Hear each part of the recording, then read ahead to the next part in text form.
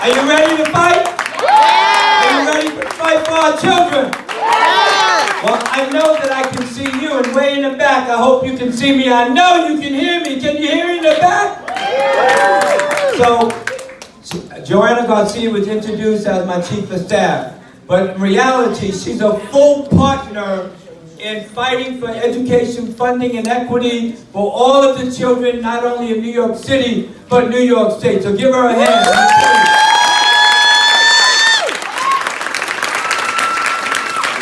And so I want to talk about three things. One, school funding is a great equalizer. How many of you believe that school funding is a great equalizer? Raise your hand.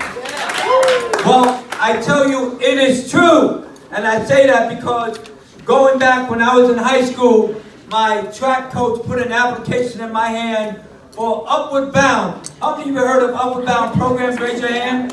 Good. And then I had the opportunity to go to college through the EOP program. You know what that is, right? Educational Opportunity Program.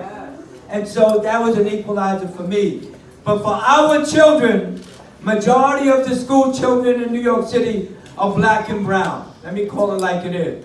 The lawsuit that was filed on behalf of the children was about funding equity for the children of New York City. 1.1 million children. And in fact, I say to all of you, I claim your children as my children, because that's the fight up in Albany. So it's about funding, and the lawsuit that was filed in 1993, we filed two claims. One, they were discriminating against us because the children in New York City was 84% people of color. And then our second claim was that the state of New York discriminated against us in the formula. They backloaded the formula every single year to give us the same percentage amount, with the exception of 1 year. We got 1/10 of 1% more. And we filed that lawsuit, Michael Rebell, and we won on behalf of the children of New York City. And you may say, well, what did we win? Well, $11 billion in capital is nothing to sneeze about, let me tell you that. And that's to build new schools and make major repairs. And $5.5 billion in expense money to hire teachers, guidance counselors, intervention specialists, all of the things that we need to ensure our children have the opportunity for a sound basic education. And let me just ask a quick question. And I want you to raise your hand if you truly believe. How many of you in the audience, and I'm going to walk toward the back a little bit, how many of you want your children to receive a sound basic education? Raise your hand. And you know what I say? I've already fooled you already. Because I said, no you don't. You don't want that. That's the minimum standard that the state said that you're guaranteed. And let me say that you want a great education for your kids. You know what the court said the minimum standard was? Every child should have the opportunity to graduate from high school knowing how to read, knowing how to write, knowing how to serve on the jury, and being able to hold competitive employment.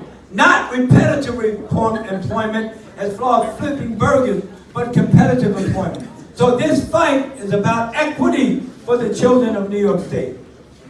And we need you to get involved as parents. How many of you are involved in your children's education at the school level, at the school leadership team, or the CECs? Raise your hand. Good. Now we need more of you to raise your hand. And one thing I say about you is, know the rules of the game. If you don't know the rules of the game, you will be used in that process. And so if you're involved in a parents association, know the bylaws. Know Robert Rules of Order. In any group or organization you belong to. And if you don't know, ask questions.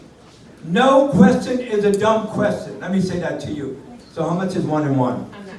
No, joking. But no, parent involvement is extremely important. That's how I got started. I got started at PSI's 187, where there were 33 members on the executive committee. And the majority of those people were white women. And you know what they did? They brought me in and they schooled me and they educated me as a member of the executive committee. So I was on the executive committee, then I became chairman of the Ways and Means Committee. Ways and Means is what? Money. and then vice president, president. And when we used to have someone on the school board that represented us, that individual was not going to run again. And they said, I didn't raise my hand and say, listen, I want to run, I want you to support me. They said to me, we're going to run you for the school board.